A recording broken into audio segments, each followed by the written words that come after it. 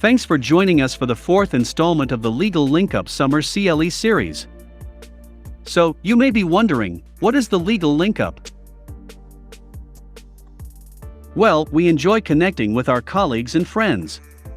So, in 2019 our firm hosted the first event. It was a networking mixer, firm launch, and appreciation day, all rolled into one.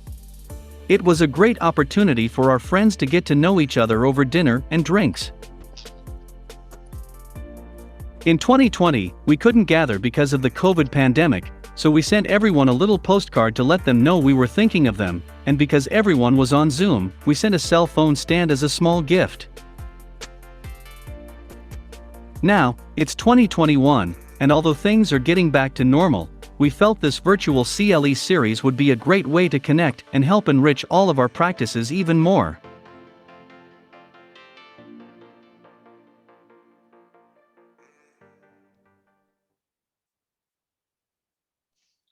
Well, good afternoon. Thank you all so much for joining us. This is another edition of the Legal Linkup Summer CLE Series. I am Chris Burrell with the firm of Burrell McCants, and it has been our absolute pleasure to host this CLE series for you.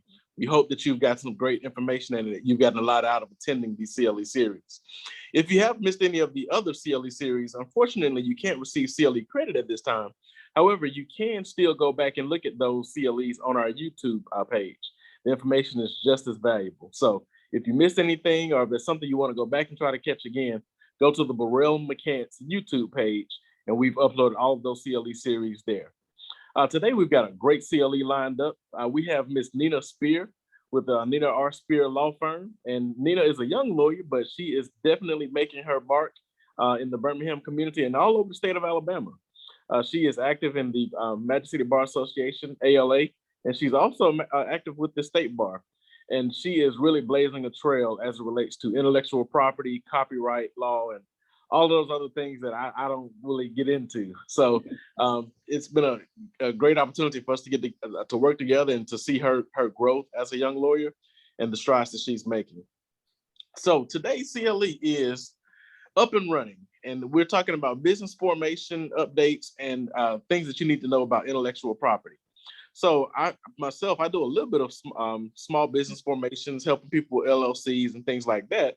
But once it goes beyond that point, you really need an experienced lawyer like Neena to help those businesses with protecting their intellectual property, their copyrights, their trademarks, and all of those things. So we just kind of want to get together and give you a little bit of information about some of the new updates that you may or may not be aware of if this is not something that you do regularly. And then we're going to get into Neena for the real nuts and bolts of how intellectual property works. So one of the things about the COVID pandemic this year has been the fact that there have been some changes made to the way businesses are formed now. And again, if this is not something you do regularly, then you may not be aware of it. But this is a great opportunity for you to assist someone with starting a business.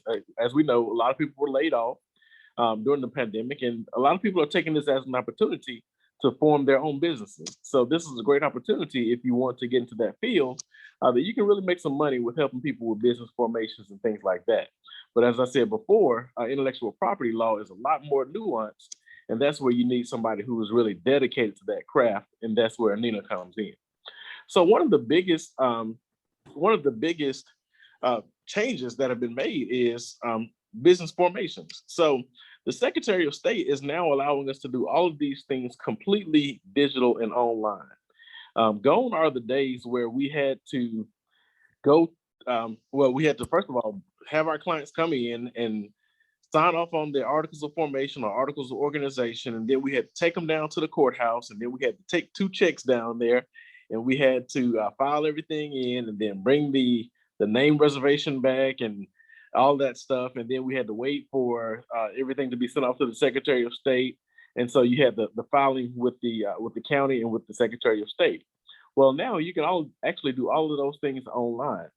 And my firm, we've got to the point now we're completely paperless with doing that. First, we have a client information form, our business formation questionnaire, and we ask the clients the basic information that we need to form their business.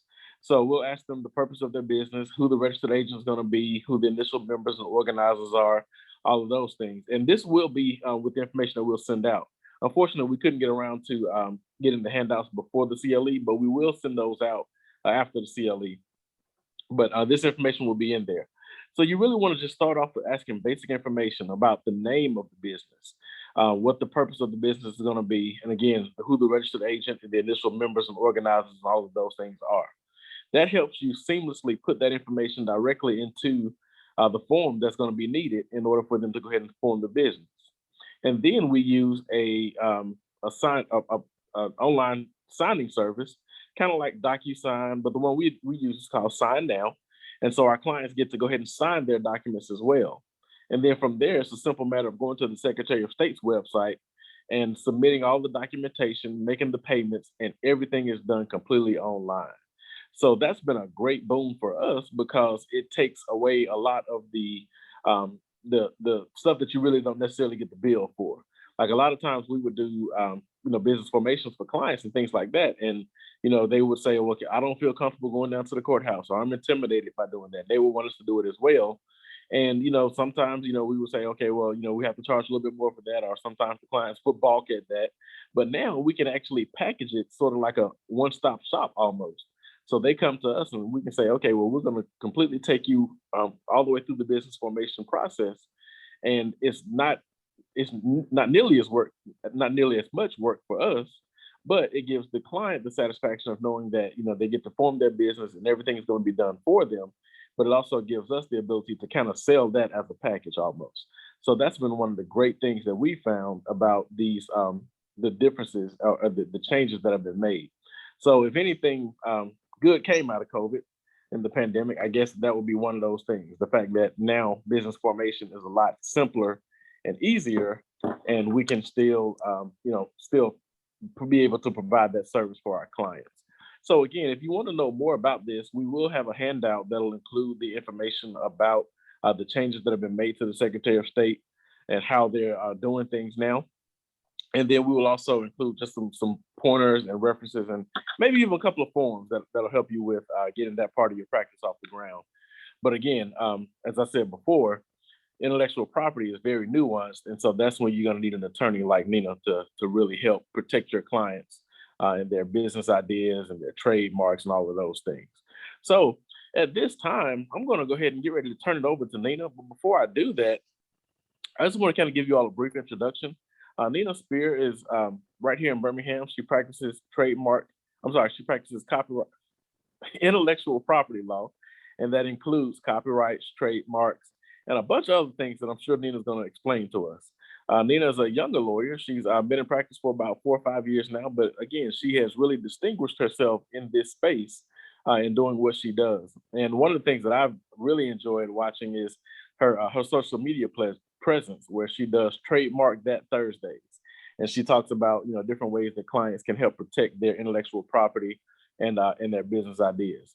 So thank you, Neena, for joining us today. We're really looking forward to the information that you have to share. And at this time, I'm going to turn over to Miss Neena Speer. Awesome. And that's a great question.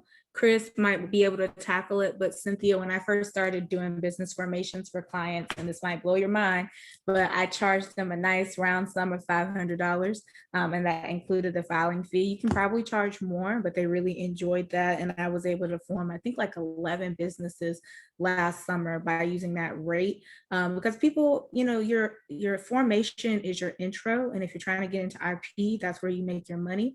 So you're not really so focused on people paying you a ton of money upfront for a business formation. And as Chris said, everything's basically digital now. So it won't take you very long to do the business formation. So just keep that in mind. But that was a good rate that I was able to provide, and people really did enjoy that with my clientele. So that if that does help you, just wanted to make sure I shared that before we get started. And let me see if I can make this a full screen. Can you all see that? Yes, no, maybe so. All right, thank you. So This is IP Law Intake 101. This is our full court press. As Chris talks about this, I like to think about stuff in analogies for everyone. And I love basketball. If y'all know anything about me, my dad was a big basketball player. And for him, you know, everything was about discipline, and everything in my business has been about trying to find the discipline necessary in order for me to be successful. So at any point during the presentation, if you guys had questions or anything like that, make sure that you guys feel free to interrupt me. Feel free to interrupt me. I'm going to say that again. With any questions that you have, I actually welcome any type of feedback that would be helpful for you as somebody who might be interested in getting to intellectual property, because it's more than just the IP. We have to sell them on the whole game, right? Business protection is a full court press, and a lot of people make mistakes at the very beginning. So welcome to For Lawyers Trying to Break Into the IP Field with the full court press. So actually make sure that I understand the search process.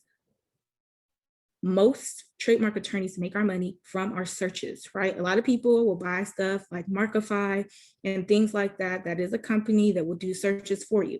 However, the results that you get from Markify are very confusing and don't make any sense if you don't understand the search process. So the first thing you need to do is take some courses. USPTO actually offers free courses. They also offer paid courses for lawyers that are trying to break into it. It's like a CLE. They offer it 2 or 3 times a year for both people who are experienced and inexperienced. Alt Legal, which I will be speaking for and doing a workshop on next week or next month in September. I will actually be walking through how to get a better mentor in the trademark process. And last but not least, I also do a course in things like that, but there are so many attorneys. I know many attorneys do courses.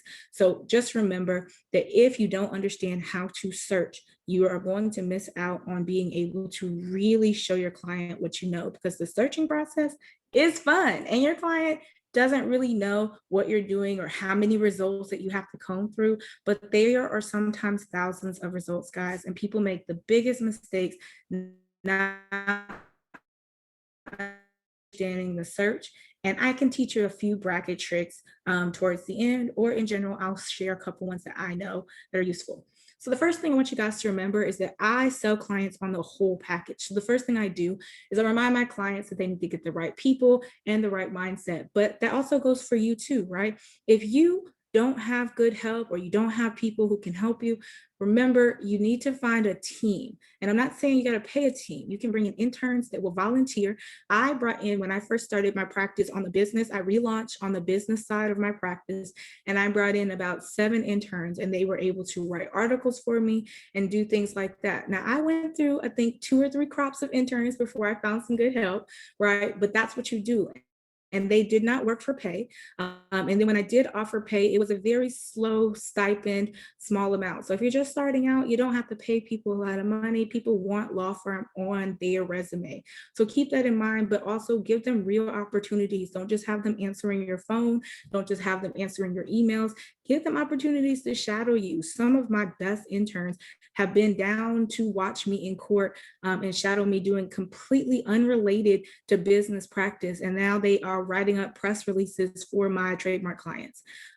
Be people who add value. One thing that I have seen a lot of lawyers do wrong, okay, and I'm telling you this because my mentor got me together, and this is why a lot of people enjoy Trademark That Thursdays. If your social media post starts like this: hello, my name is such and such, I run the firm, I offer these services, booking a consultation with me today. Yeah, that sounds great. It's probably been doing very well, but it's not attracting the clients that you are going to truly have for long periods of time. I want you to have clients that are going to come back to you again and again for your services. And if you do IP correctly, they will come back for every single IP need that they could possibly think of, because you aren't telling people to book. It's actually tacky to put it in your social media nowadays because there's a link in your bio. If people really want to know what you're about, they'll go to the link in your bio. If you don't know how to put the link in your bio, I'll do a class on that one day soon, okay? But it's just tap.bio or Linktree or something. But you need to remember that you have to convince people that you know things, right? And how do you do that? Well, I offer free master classes or free events where I actually talk to the general public. I let them schedule for free, they can attend for free, and at the end I make a sales pitch. Okay, at the end I give them some type of freebie, and I let them know that they'll have half off of something. All right, I don't tell them they have to do it, but I just let them know that there's a special offer that I didn't necessarily tell everybody about. So I let them get information for free. I help them for free and in order need. The second thing that I see a lot of attorneys do, myself included, I'm working on it, is bad-mouthing people who want deals and discounts. Let me tell you, if you really take a stock on yourself, right? If you really ask yourself, when you go to a store, what are you looking for? A deal, a discount, something easy, right, to get through. A lot of people do not think about this, and it gets tough, y'all. It is a very tough thing to get over ourselves, but in order for you to attract the clients that you deserve and clients that are going to stay with you, you have to really do some self-work. That means you got to do some inner problem searching. You got to stop feeling, some type of way and stop taking things so personally when it comes to clients that don't appreciate the value that you offer. Maybe that's just not the client for you, or maybe you're not marketing to them correctly. All right. The next thing I want you guys to do is set a profit goal, okay? This is how trademark attorneys are actually very successful. You use your profit goal to make your social media. So for example, if I wanna make $10,000, right? And I told you guys earlier, it's $500 that I charge for my business formation package, not for my trademark package. But I would take that number. So if I want $10,000, I would divide 10,000 by 500, and the number that you get is the amount of clients that you need per month. That will structure your free events and your social media posts so you can hit those objectives. Every time you have a social media post, you should be thinking about getting a new client. And when they comment, don't tell them to book a consultation. Answer their question briefly without answering it fully, and tell them, I would love to devote all the time and the attention to this message, but I think it'd be better served in a consultation in a DM. I promise you, if you answer even briefly an answer to their question, they will feel a lot better. Somebody came back to me after 5 months when they got their money together because she remembered that I answered her questions and I wasn't rude or just sent her a link. So just keep that in mind. Your consultations, right? Trademark consultations. This is what they're about, okay? When I teach or I tell my clients about what I need them to know, trademark consultations, the main and the bottom line is that filing without a strategy can result in a cease and desist letter or costly legal battle. Many of your clients will actually be people who've used Legalzoom or who think Legalzoom is more affordable, in which case they should do it. But a lot of times Legalzoom doesn't do what a lawyer can do, which is a search that will let them know that if they tried to file a trademark, they would actually get a cease and desist letter from this big box company that already owns the trademark to that item. Every time you file a trademark, it is public record, and the company that protects and always opposes marks, they see everything that's going on. So when you're talking in your trademark consultation, that's the main thing that you're trying to get your client to see. And if you want a good thing to show your client, you can just tell them the difference between the little TM and the little circle R. The TM is an unregistered trademark. That means that there is still time to register a trademark in that, but they are trying. The circle R actually indicates a registered brand. So if you want to help your clients, you can start posting educational content. Remember what I said, be someone of value. Your social media content should be about educating the people. And when you educate people, they remember that you really know your stuff.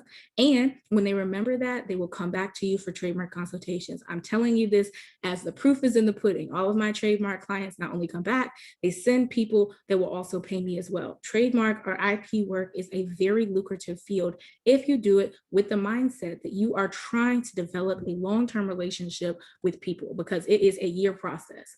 The next thing that I tell them is to get a business bank account. All right. Even though they've probably formed an LLC with Chris and they've gone through them, a lot of them don't actually smartly take the next step and create a business bank account. Okay, but you guys got to remember that stuff in law school, piercing the corporate veil. And I want you guys to remind your clients, and this is a good teaching thing that you can tell them, right, is that Venmo explicitly states on its site that you should not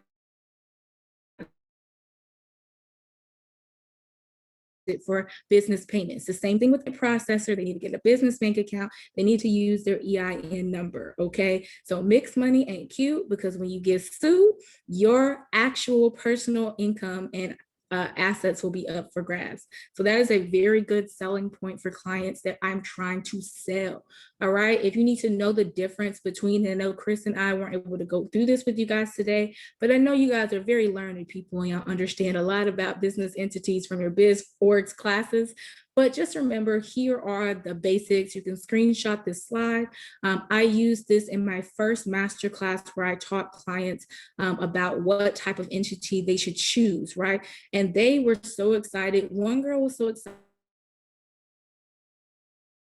that she went and made her own PLLC. Because really, when they come to me for trademarks, I don't want to make their LLC or tell them about that. I want them to be so advanced that they are actually ready for a trademark, because the LLC process is simple compared to the trademark process, which takes up to 8 to 12 months, and even longer sometimes if the trademark office is kind of behind on their applications, okay? But the best one I recommend is an LLC. Of course, corporations actually have the best tax benefits, but again, I always tell my clients to consult an accountant or a licensed tax professional, because that is not my job. My job is to make sure I check their legal, and somebody else does my own accounting. So just keep that in mind, that you can always tell them the LLC is great because it can be one person owned, and they don't have to have formalities like a corporation with formal meetings and things like that if they have an operating agreement. Speaking of a operating agreement and things, the first thing that I actually pitch my clients on, and this is all trademark law. You guys didn't know it was this dense, or I have to sell them this much, but I really do. Owning the logo. A lot of times you guys don't even own the photos for your websites, right? You probably paid a photographer, right? Or a videographer or somebody to do your work, or even your secretary. But you guys might not have actually given them a copyright assignment agreement, right? Which actually assigns the exclusive copyright rights over to you. So when you just pay people, right, what you're actually giving them is they own it and you own a license. Unless there is a contract that states that the exclusive copyright rights belong to the buyer, then the only thing you own is a license. It. And I'll give you myself as an example. You guys see those two logos up there, Dear Future Lawyer versus the one I have now. Well, the one I have now is the one that I use because I actually got a copyright assignment agreement signed for that one. When I tried to get a copyright assignment agreement signed for this logo, the guy told me he couldn't do it, but he would make me one that was similar but not the same, which told me that he used somebody else to make the logo and he himself did not create it. People who have issues with content that someone else used or content that they created, it's hard when you don't own it. The Washington football team, or the formerly known Redskins, encountered this with a trademark troll who decided that he was going to trademark all the potential names that the Washington football team could call itself.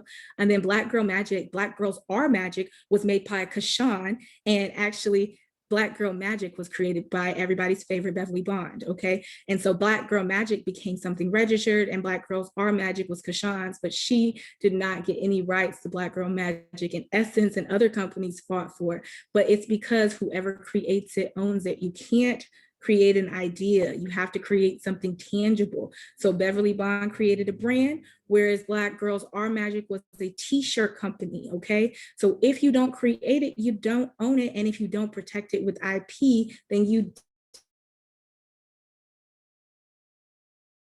definitely won't own it in the future. You get their formation documents. You guys notice that this is really business formation mixed with IP, because this is what being a trademark attorney is about, is making sure that not only your clients come to you correctly, but that you know your stuff enough to let them leave you with actual protections and strategies for their business. So I tell them about formation documents such as operating agreements and bylaws, which will keep them from having conflicts later. I also tell them about getting employee papers, especially independent contractor agreements, what actually is how I hire most of the people that I pay in my business, either my nonprofit, my other LLC, or my law firm, because you have confidential files, you have strategy and marketing schemes, and your access is given to your employees or your contractors or your interns. And I make everybody, even people who shadow me, sign something that says the confidentiality is happening and that the exclusive copyright ownership of whatever they create in their job description belongs to the firm.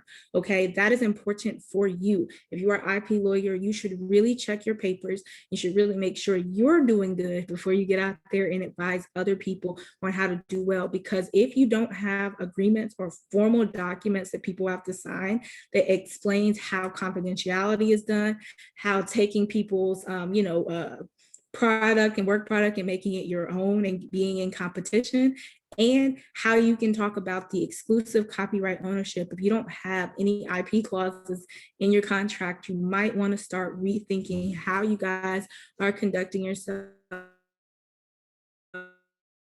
because you're giving yourself an opening for people to steal your strategy, your files, and your marketing schemes and go make their own business. So keep that in mind. The next thing I tell them about is the money to invest. I tell them to do it in stages. So the first one is the LLC or the contract that they create. The second one is their business, right? So contracts, anything that they have going on. And then lastly, are their goals, which is that trademark, that copyright I want to sell them on. So I tell them to think about their business in stages. When I do it that way, it's easier. I also offer payment plans. And that's important for you as well. If you have a big ticket item and you're finding that you're not able to close and convert a lead, you can also offer a payment plan. Make it 2 or 3 payments, maybe 5 payments, but make sure that it's auto drafted, or at least they agree to an auto draft for your payment plan, because I have learned the hard way, when people do not pay me up front, what happens. Okay, so make sure that you tell them about this in stages. If you try to tell them everything I just told you, they will go that crazy. Okay, so just tell them about it in stages. If you see that they don't have an LLC yet, you start there. If you see that they don't own their, then you start there. If you see that they both own their logo and have an LLC, then maybe you can push them into the proper paperwork for their business. And lastly, you get them into trademarks and copyrights, and you make sure that they understand if they wait too long, then they may have to fight for it in court to have the right to use it later on. So that's really important to tell people. I want you guys to remember that until a trademark has been registered at the federal level, which is the USPTO, so no, your state trademarks are not the federal level, it is possible that a competing business may claim it for their own use. People who have had this happen to them is one, Lady A versus Lady Antebellum. Lady Antebellum is a rock band, and Lady A is a Black singer who was singing long before Lady Antebellum came into existence. And Lady A has been Lady A since the beginning, but she never filed a trademark for her brand name or her stage name. And Lady Antebellum was getting in trouble because their name was Antebellum and it was associated with slavery. So they changed their name as Lady A, and guess what? They registered 3 trademarks in their name, right? And everything was protected. And then all of a sudden, Lady A, Black lady, who again is getting her name stolen by Lady A, so they are already in another issue. They are in a big legal battle about who owns it. And it might mean that neither one of them own anything. Wouldn't that suck? And that usually happens when the person who has first use did not do what they were supposed to do. Lastly, you need to pitch and sell your clients, okay? When you are thinking about going to IP, this ain't easy, okay? The stuff that Chris sees me doing is because I have to work in order for my clients to be able to see the value I offer.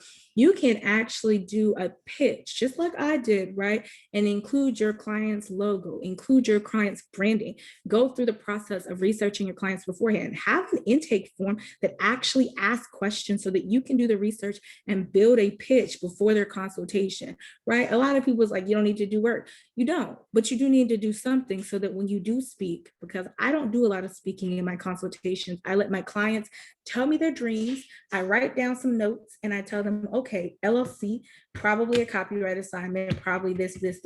This is how much all of these things cost, boom, boom, boom. I send it to them in an email where I explain all of the packages and what they include. Okay, your client should leave your consultation feeling like this: happy, laughing, ready to start their business, ready to trademark their business, because that's what keeps them coming back. Okay. The next thing is that you need to have a list of important obstacles you will face and clear action items. It's the best way to help, and it's key before you launch your firm. There are common issues like office actions. There are common issues like difficult clients, not getting your clients marked registered, and how to deal with that. And then also just in general, how to get through this process. Lastly, invest in CLEs and in courses.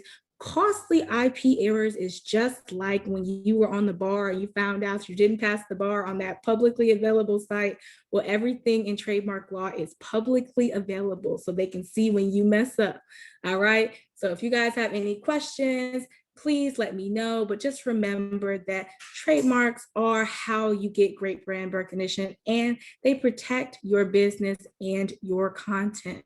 So just wanted to thank you guys so much for listening to my little 2 cents presentation. And if you guys want information or you want to contact me at Trademark That Thursdays, bit.ly/help Neena. Thanks, guys.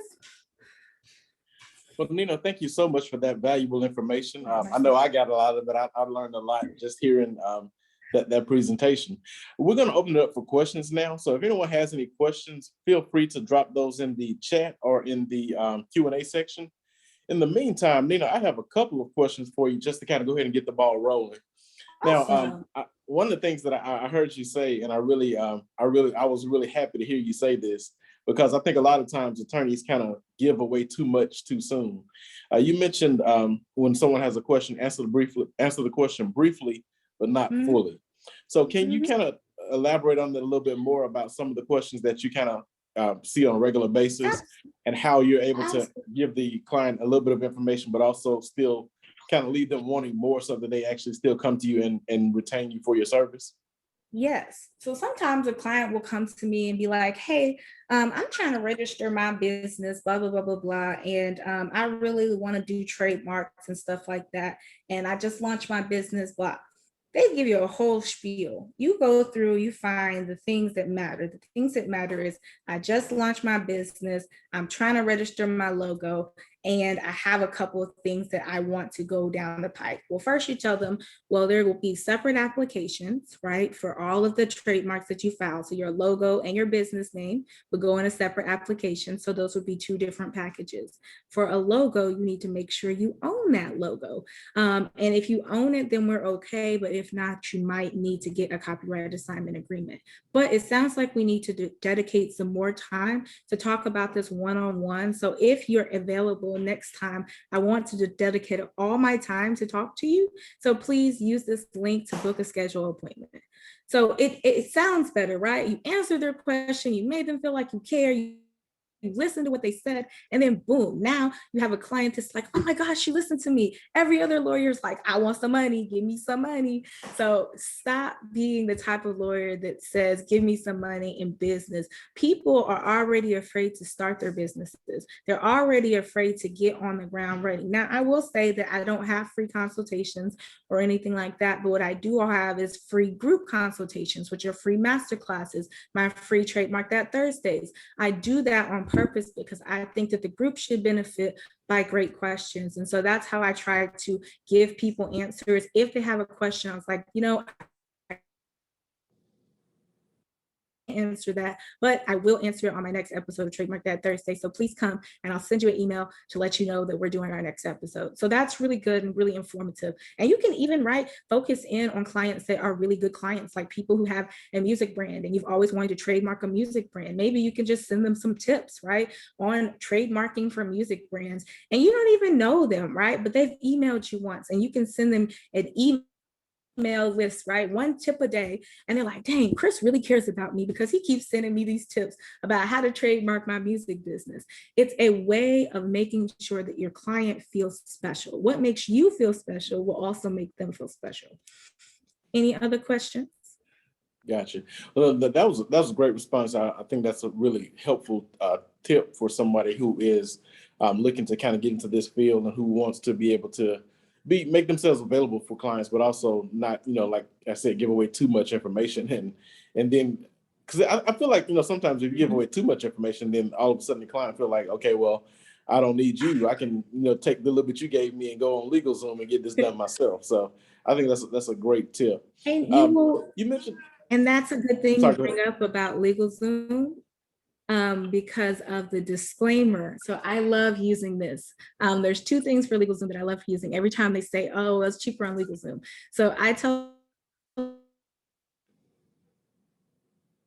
well, LegalZoom actually, so they actually use a trademark lawyer to protect their own brand name. I also tell them to look at the disclaimer on LegalZoom, where it says that we are not attorneys and you are responsible for your own application. So if there's an error that is made, it is because you put in the wrong information and you will charge more money for putting in the wrong information to correct later. So they actually do add up to attorney's fees when you look behind the veil of LegalZoom, but those are trademark mills and they are not in it to make sure that your client is protected. They're in it to make money. So they're not going to tell you whether or not it's smart to file a trademark. They're just going to file it for you and you're going to have to deal with what happens, the cease and desist letter, that somebody says you stole my brand and they don't tell you anything about it. And then they're going to charge you extra money when you encounter an issue.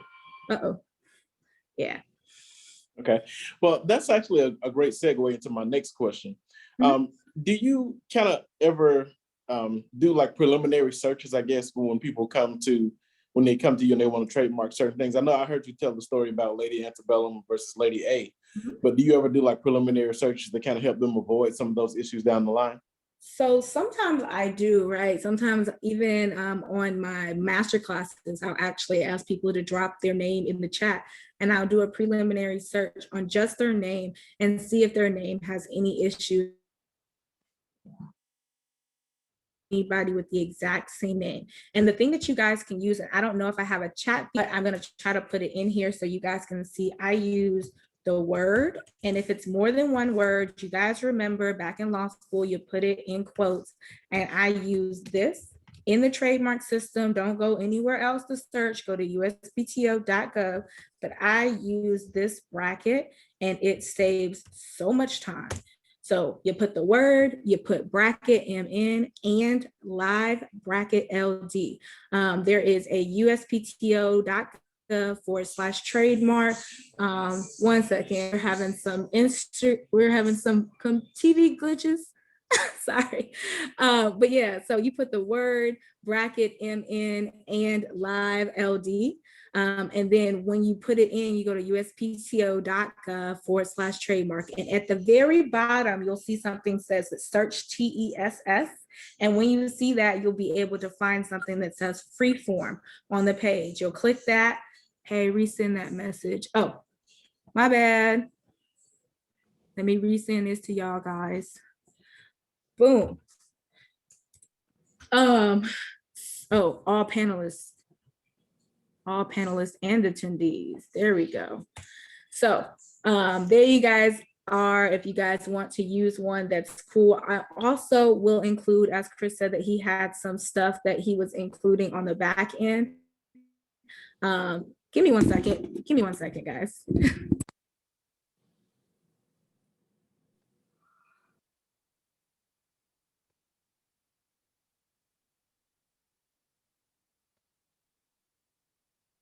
Okay. So while Neena is tending to whatever she's attending to, hopefully everything is fine there. Sorry, guys. Oh, right. We've been having some glitches today with my internet, so I am on my phone internet, and it's been a little bit difficult. So stuff finally came back on in the house. But yes, I want you guys to remember, if you guys are doing any searches for your clients or anything for your clients, remember that you can always do this, and this adds a lot of value to them as well. They're like, oh my gosh, you looked up something for me. Somebody used to offer like 15-minute consults, and this is what they did in their search. They just searched the word and live, and that was it. Now, trademark searching is way more extensive than this. This just gives you your first level of search, but you actually have to break it up, look at different combinations, different spellings, different variations of how it could be seen logo-wise in the market. But this is something that's really very easy for you to do. And if you guys don't know, and I don't know if I can share it again, just so you guys can see what I'm doing, because I really like being able to show you guys in practice, right? So if you guys look here, this is the site I'm talking about, uspto.gov/trademarks, and you click this thing. It says search TESS, and then you scroll down, you look for this one, free form. You don't know anything about the other two. That is for advanced people only. And I would put like my name, right? And live LD. All right, I want to know if I can trademark my own name. And when I do, what is it? You see, one is Neena, the last brand, and the other is the Neena's Nose Lighting. All right, so I actually know about this company. It's in Boston. I ran into it, and it's the only company that has the correct spelling of my name without the S, of course. But I thought that was really cool information. So if you guys do ever want to do a search, just a quick search, this is all I do when I put it in. So if I had more than one word, it would be like Burrell McCants, right? I could do that as well, or I could do Hello Kitty. That's a good one. Oh. But you see, it's very literal. So you have to make sure you include the spaces and all of that. So Hello Kitty has everything registered under their name. You see that? So I want you guys to remember, if you want to do a quick search and like show your prowess, you can do that easily. But that is not the only step. That is the first step to searching. So what other questions do you guys have? Anything in the Q&A? I don't know if y'all know how to use the Q&A on the webinar, but yeah, a lot of people for some reason don't quite know how to use the Q&A, so I just told everybody to put it in the chat section if we need to. But while we're waiting for additional questions, Neena, another point that you brought up, and I thought this was very good as well, when you were talking about advising your clients to create business accounts. I tell people all the time, you have to run your business like a business. And that means that you need to have, business accounts that are separate from your personal accounts. And, they can be at the same bank, for convenience factors and things like that, but you really need to have separate accounts. Can you kind of expound a little bit more about why that's so important in order for them to do that? So I like to think about it from the perspective of how I explain it to my clients. So I tell them, if you don't have a separate business account, then when you figure out you're getting sued, right? And they find out that you're putting all your business money in your personal account, guess what? When they assess damages, they can assess damages to anything that your business has access to. So if your money is all in one account, then there's a way for them to pierce the corporate veil, which is what I put in the presentation for y'all. And y'all remember from law school, piercing the corporate veil means that you're just using this as a front. For real, your personal and your business are the exact same thing. You just got the LLC as a cover. And they're going to try to get damages from your actual damages. So you can't claim, oh, my business has no money, because you're putting all of your business funds in your personal bank account. So I try to explain to people in that way, everything is up for grabs until you have a business bank account where you show that business funds are going, and you don't even pay yourself except from that business bank account. You don't put money in your pocket. It goes to the business. Then you pay yourself in a check or some form of a payroll. So there is a clear money trail. You don't even take cash out and do anything with it. You pay yourself the way you're supposed to. You keep a payroll list and how you paid yourself over time, because when you don't, it's just a front, right? You're just telling people, I have an LLC, but all of the money is going into my personal bank account. all of the proceeds are going into my personal bank account. And so when I sue you, I'm be like, well, all the money is going into his personal bank account, Your Honor. So really, the thing that should be on the line for damages is the personal bank account. That's where the money is, and that's what they owe my client. So think about it from that perspective when you're talking to your client. Your 401k, your car, all of those things can be up for grabs if you do not protect it with an LLC. And then if you don't protect your money with a business bank account, your 401k, your savings, all of that is going to be connected to you personally. So they're going to assume that that is an asset of the business. Any other questions, cards? That's a great question so far, Chris.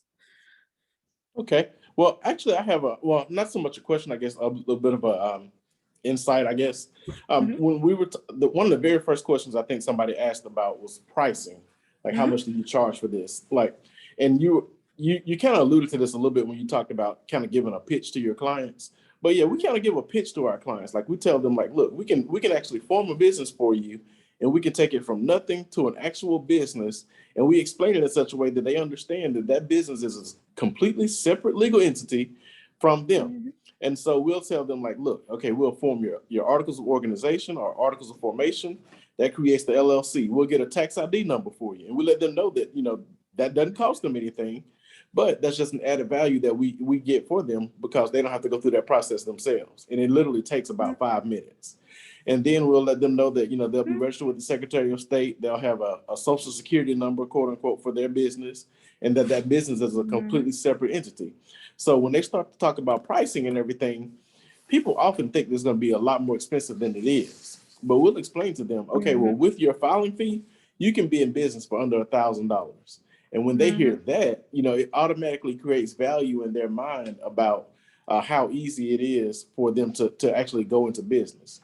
But beyond that, like we really try to establish relationships with them, and we'll tell them, like, look, if you need contracts done, if you need recommendations for different things, then let us know because we can help you with that as well. And that kind of further goes into fostering that relationship.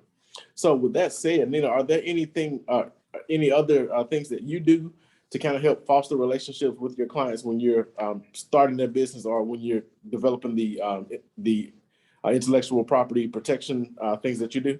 Yes, so that's a great question. And I actually don't tell my clients. So they'll ask me how much my trademark package costs, and I don't tell them the price. I ask them to give our office the email address and their first name, and I actually send them the breakdown of the package, the full breakdown of what all is included. So instead of the verbal pitch, I break it down in the email form for them. And I actually, I think I have that in the templates that I'm going to send to you guys. So you guys will get like an email template of how I break it down. I don't have like necessarily the price, but the price, if you really want to know about the price, you can let me know. But pricing for trademark can go from anywhere to 15 or like 1,200 all the way up to $5,000, okay, for one trademark filing, for one package.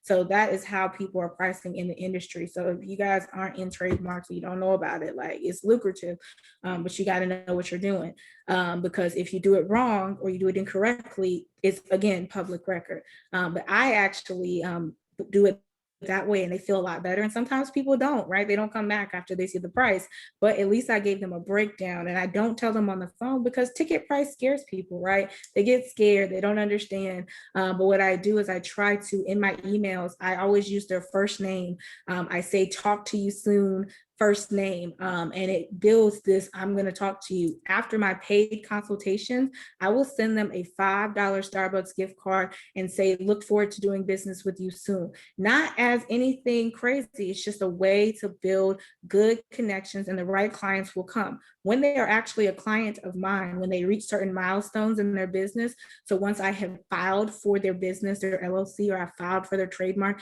I will send them an actual cookie. I use cherylscookies.com. So if you've never heard of Cheryl's Cookies, they send a $5 cookie card or a $6 cookie card, and they actually get cookies from me as they reach different milestones. And their application for trademark law takes about 12 months. At the end, I send them a final package, right? So I put their stuff in a folder, I make it look nice. If they got a name reservation certificate, I'll go and print it on cardstock paper at my local FedEx. I'll put it in and make it look really, really nice for them. And I make them nice, and I write them handwritten thank you notes. And then for my trademark clients, because they paid some money now, I'll actually give them some merch with their brand name, with the little registered symbol, and I'll send it to them so they have something to wear. I'll also go through and give them like a little coffee mug that says, you know, my own little made up encouragement phrase for them. And then I also go through the process of sending them a $25 gift card to either Starbucks or some other business that I think that they would enjoy. But I also write handwritten thank you notes to all of my clients and put it together in a package, because I don't believe that it should be completely profit. You should really think about profit plus clients that remember how they felt when they were with you, and clients that remember the feeling, they come back. And I had a client that booked an LLC, an operating agreement, and a trademark all in one day. They paid for all of those things at once. At first, they were going to do a payment plan, but they're like, yeah, no, I don't want to do the payment plan. I just want it all here now. So they paid for it right after the consultation. I had another client that came to me with all of these ideas and all these plans. And after we were done, she actually filed 2 trademarks with me. And on top of that, has come back for her copyright and has come back for her copyright assignment agreement. So there are many different ways for you to keep these clients long-term if you make sure that they actually love the way you make them feel. And one of my clients, the one who has come back repeatedly,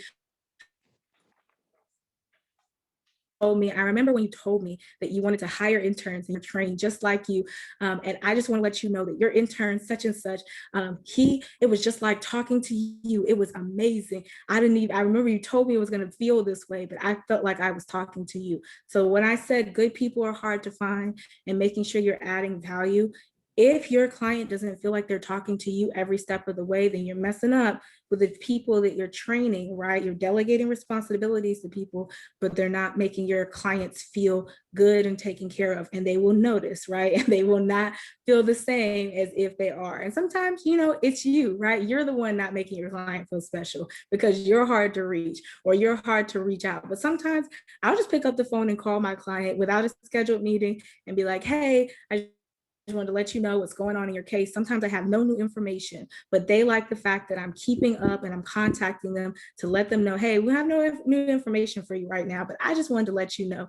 And then the last thing I do to add value, if they buy my trademark consultation package, I do not actually charge them for every time they call me. So that's all included in their package. And so they call me a lot and they call me for a lot of different things. But if they pay me for the trademark package, I believe that it's worth it to have that investment where they don't have to worry about me nickel and diming them for calls and phone calls and text messages. So that's an added bonus of working in the trademark package. But yeah, those are things that I do, things that you can do to kind of really drive your clients to, like, you know, stay with you. You want clients that stay. You know, a staying client is worth even more than a client that comes every now and again, because the ones that stay, they'll come back for every legal issue that they might have. And that's something that's going to build trust and build brand recognition for you, because they will refer you a lot of paying customers. Well, that's great information, and that's like some next level customer retention stuff you're doing there. So that's great. But it is good to see that, you know, it's so early in your practice that you're making that investment in fostering and developing those relationships. And like you said before, one of those relationships that has exponential return, because not only are they paying you, but they're, you know, putting forward goodwill and they're referring people to you and all of those things. So that is great that you're doing that.